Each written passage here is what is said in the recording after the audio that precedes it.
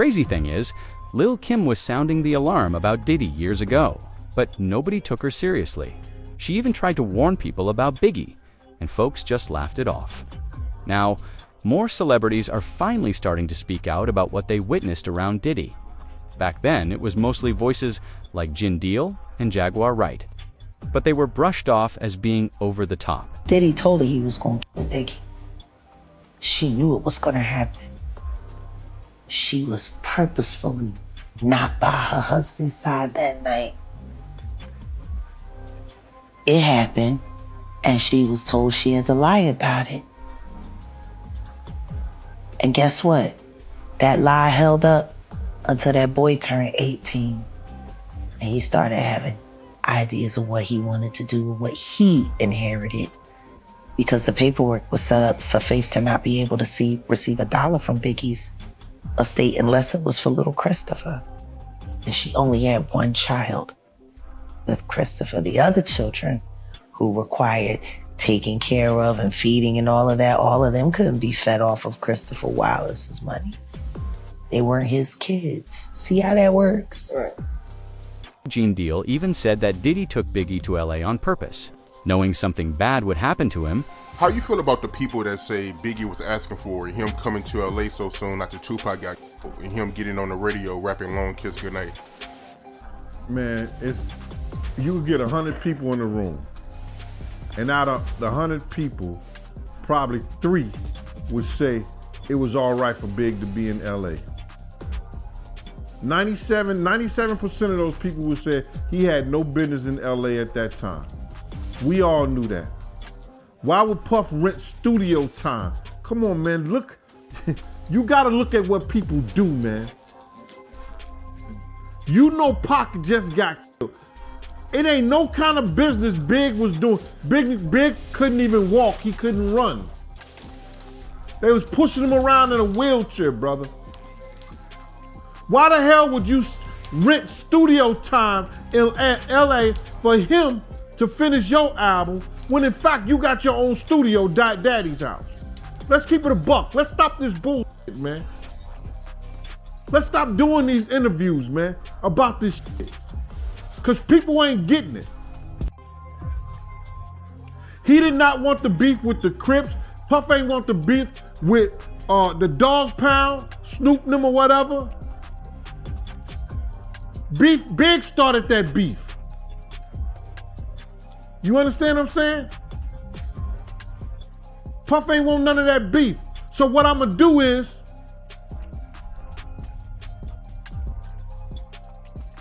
y'all want the sheep? I'm gonna put them out to pasture.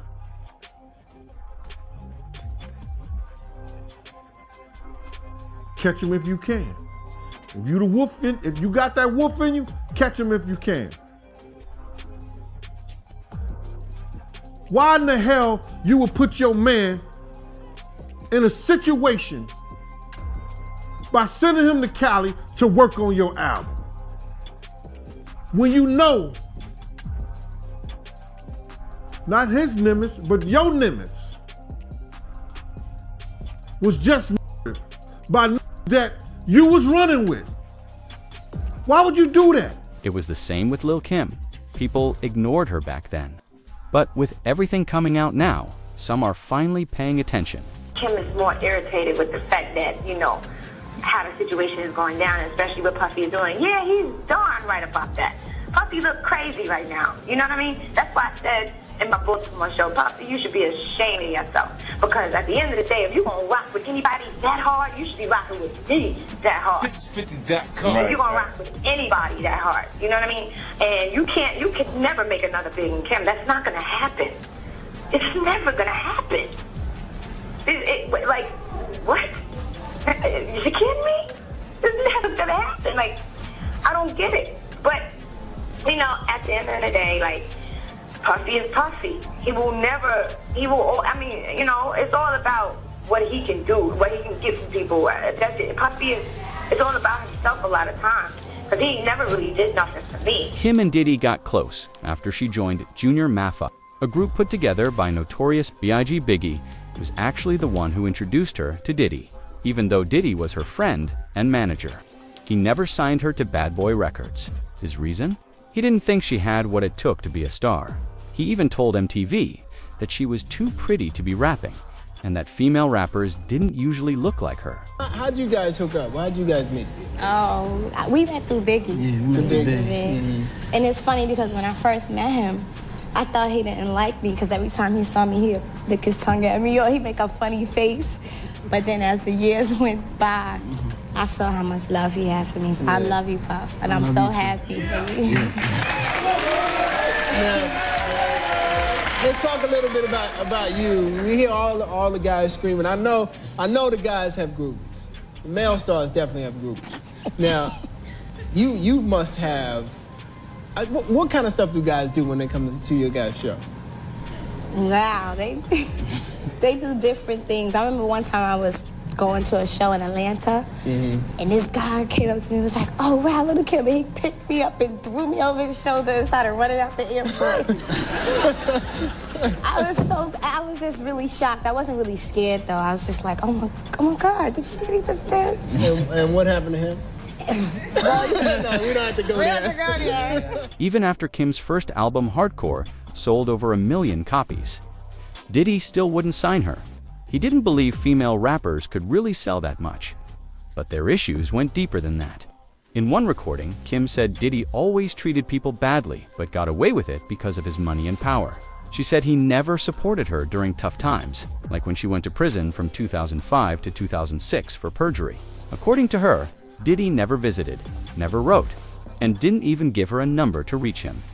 Things for each other, but like I judge by what happens afterwards. When I was locked up, and here's where Puffy should feel really bad. When I was locked up, Puffy never put a $10 bill, a penny, a quarter in my commissary. He never wrote me a letter. He didn't try to come see me. None of that. I got people like Oprah. She wrote me 3 letters, right? She wrote me 3 letters and sent me 3 of her favorite books, which I love her to this day for that, because those books were so inspiring. And one of them, well, I'll tell you the name of the books later, but anyway, you know, Tyra Banks writing me. Mark Jacobs wrote me every freaking day. He told me everything that was going on from when he first woke up to the end of the night. What does it take just to say, let me make sure somebody who was a major part of my family is all right? You know, like when you locked up, the one major thing is that makes you feel like, damn, this person really loved me and is on my side, is that when they just take the time out to do one little thing. It's not even the big things that matter, because it ain't the money. I was straight in jail.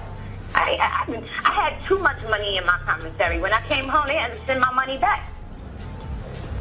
It wasn't that. But you could have came to see me one time. You could have wrote me 1 letter. And to make things worse, while Kim was in prison, Diddy started working with her rival, Nicki Minaj. When people asked about it, he brushed it off, saying Nicki was his artist now and he didn't work with Kim anymore, even though he claimed he still had love for her. To add insult to injury, Nicki even took a shot at Kim in a song with Diddy's group. A lot of people in a certain way, we've been those cats that people have aspired to be. You know what I'm saying? And I wouldn't be around Nicki if I ever heard nothing ever negative said about Kim. You know what I'm saying? I never heard nothing like that. But then when it comes to just being an MC, that's when I gotta stand back. You know what I'm saying? Now, if they want to do things and be MCs, that's their business. I'm not with any negativity. I'm not with no beef. You know what I'm saying? And I love both of them. You know what I'm saying? And at the same time, you know, right now, Nicki Minaj, you know, that's who my artist is. That's who I consult. That's who I do business with. I no longer do business with Kim on that level, but Kim will always have a special place in my heart. And it's like that. Kim is the queen. I mean, read in between the lines what you want it to be. It is what it is. Kim is the queen, and I love Kim. And Nicki's the queen in her own right. You know what I'm saying?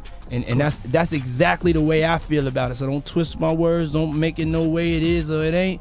That's what it is. And I think they should be doing records together, as a matter of fact, instead of, you know, doing anything that isn't showing unification But yo, man, I can't preach to the choir. Everybody grown. I done been through my things, and everybody was like, yo, you went through your things. People got to go through their own things. And right now, it's that dirty money time. I spoke on that, and that's what it is. And it's a positive thing, and that's what it is. Be clear. It's Hot 97, Funk Flex, Diddy, Dirty Money. And I will never forget the times I had with Kim. And we can have some more times, because I'm still here. Shout out to little Kim. Shout out to Kim. What's up, Kim? Shout out to Kim. For real. And shout out to Nikki. Congratulations on those numbers, Nick. Yeah, that's what's up. Let's go. Kim also said that Diddy blocked her from big career moves. She claimed she could have been on Sisk's Thong Song, but Diddy told her to play hard to get, and she lost the chance. She believes he was holding her back on purpose. And that wasn't the only time. According to Kim, Michael Jackson himself wanted her on one of his albums after hearing her music. Producer Rodney Jerkins told her Michael loved her sound and wanted her on the project. But when they brought it to Diddy, her manager at the time, it went nowhere. Kim admitted she was young and didn't understand what was happening. But now she thinks Diddy may have sabotaged it. So crazy. Rodney Jerkins, he was working on Michael Jackson's album, and he was like, yo, I was playing Queen for Michael Jackson. And he was like, man, I love how she raps behind the beat, and it's so sexy. I was like, he said that? What? He was like, yeah. So I'm telling you that to say, we're trying to get you on the album. And I was like, what? I think I might, my leg is still trying to recover because I fell out the seat. And Oh my God. yeah. So you didn't get So on let me that. tell you what happened. Okay. Puffy was my manager at the time. Okay. And when we brought it to Puffy, Puffy was like, Puffy can be a little bit controlling because I'm like his little sister. So I don't know. I don't know if him and Rodney were going through something at the time, but it just never happened because I was a kid, so I wasn't handling my business. But I remember seeing Rodney, and he's going, yo, what's up? I've been calling, and you don't want to be on Michael Jackson's album? I was like, what? Are you crazy? Of course I do. But I didn't know what was going on behind the scenes. So that was a missed opportunity, not due to anything I did, but like, it just, it was out of my control. And I really, really, really, really, really, really, really, really, really just want to go somewhere and die. And who knows, maybe Lil' Kim knew a lot more about what really happened with Biggie. He was the type of person to motivate you. He always wanted anyone to succeed. He always wanted everybody to have a better life for themselves. He was just hungry. He just wanted to make the album. If he could get 500,000 fans, he used to say, he happy. That's what he used to say. He was like a teddy bear. He was just so cudgy, and I thought he was really nice. And he had this way about him with women. He was different from and Ready to Die than Life After Death to me. He was a little bit more firm, you know what I mean? Because I guess he knew what was out there after that. He just got a little bit more mature and a little bit more business-wise. Big hated the fact that all of it was going on. He loved Tupac and everybody from the West that he had known. He loved them. He just knew that it was a bad thing when Tupac passed. He felt real bad. He knew that there were a lot of people out there that would probably be out there to get him, whether if they wanted his money or whether if they, just didn't like him because of the rumors. He knew it was people out there who wanted to get him, so he always felt for his safety. He felt the need. Biggie met Diddy in 1992 after Diddy read about him in a magazine and set up a meeting. Not long after, Biggie signed with Bad Boy Entertainment when the label launched in 1993. By 1994, he dropped his debut album Ready to Die, which became a massive success. Sadly, Biggie's life was cut short in 1997. Over the years, rumors have swirled that Diddy may have played a role in his death. Some claimed Biggie was planning to leave Bad Boy, something Diddy wouldn't have liked. Gene Deal has even suggested this might be true. Why is he out there working on Puff album when you got the Hit Factory? You got Daddy's House. You got the place where Tupac was shot at, Quad Studio. There's plenty of places Big could have been. Why the West Coast? Come on, man. And then you got a half retarded nigga like Lil C. Big love Cali. Big wanted his publishing. Big wanted his marketing. He knew he couldn't go nowhere and be who he needed to be without it. So if Puff would have told that nigga go to hell with gasoline draws on, that nigga would have went to hell.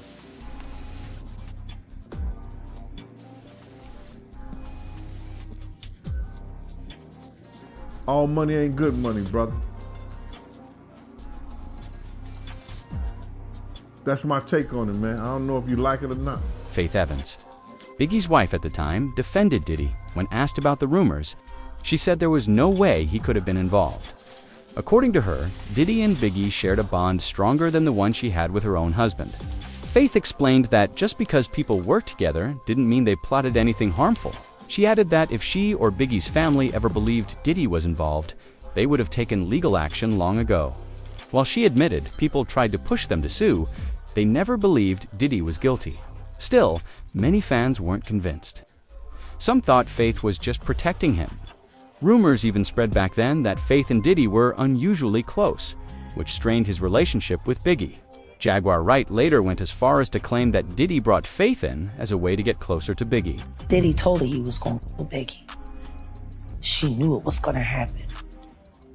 She was purposefully not by her husband's side that night. It happened, and she was told she had to lie about it. And guess what?